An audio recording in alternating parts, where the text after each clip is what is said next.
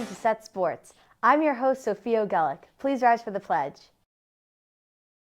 I pledge allegiance to the flag of the United States of America and to the republic for which it stands, one nation, under God, indivisible, with liberty and justice for all. Spring sports are in full swing this week at Manhasset. We sent reporter Maria Capsalis to go check out our varsity boys baseball team. Our varsity baseball team has recently started practice for their season with hard work and determination. Since last season, they have received a new field which will be their home turf. It was obvious that we needed to update our baseball field, and so it's been a pretty smooth process. I would say the people that are working on the field are working a lot, doing a great job. I know we're a little over our timeline, which is a little bit frustrating, but we'll be there soon, and right now our baseball team is able to be practicing and out on the field, which is a beautiful thing. So it's been in the works for a while. I started 2 years ago, and that summer of July is when I learned about the project.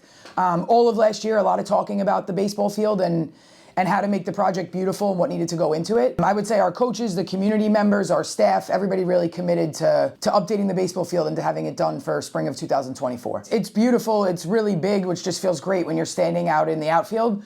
But the dugouts are probably second to none, I think, in the county. They're beautiful, and they have outlets, there's an overhead, there's storage, and so I think when the guys are in there and cheering on their team and feeling a part of Manhasset baseball, that they really feel that. It feels like a little big time, which is pretty exciting. I'm excited for their parents to be able to watch the game in such a positive field. And I think the boys work really hard, put in a lot of time. And to have the facilities that look like that, I think it just shows the kids how we appreciate their commitment. And I'm just excited for them to get out there and feel really proud to represent Manhasset baseball. We here at Set Sports wish the boys the best of luck with their season.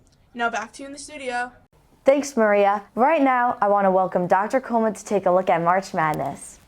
Hi, Sophia. How are you? I'm good. How are you? Oh, thanks for having me on the show. So, I wanted to ask you about this year's March Madness bracket.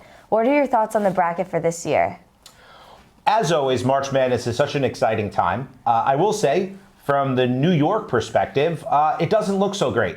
We have all of 2 teams in the tournament in New York. We have, of course, Colgate, upstate New York squad, which, you know, they've been in a few times and probably will lose in the first round, unfortunately. Sorry, Colgate people. And we have Wagner, who just won last night, actually, against Howard, and they're located in Staten Island, so go Wagner. But okay, you wanted my perspective on the 2 teams that I think are going to do something in the tournament. 1, Michigan State. Never go against Tom Izzo. Michigan State probably wins as a 9 seed and then goes on to face UNC. Michigan State finds a way to continue on, maybe even makes it as far as the Elite 8.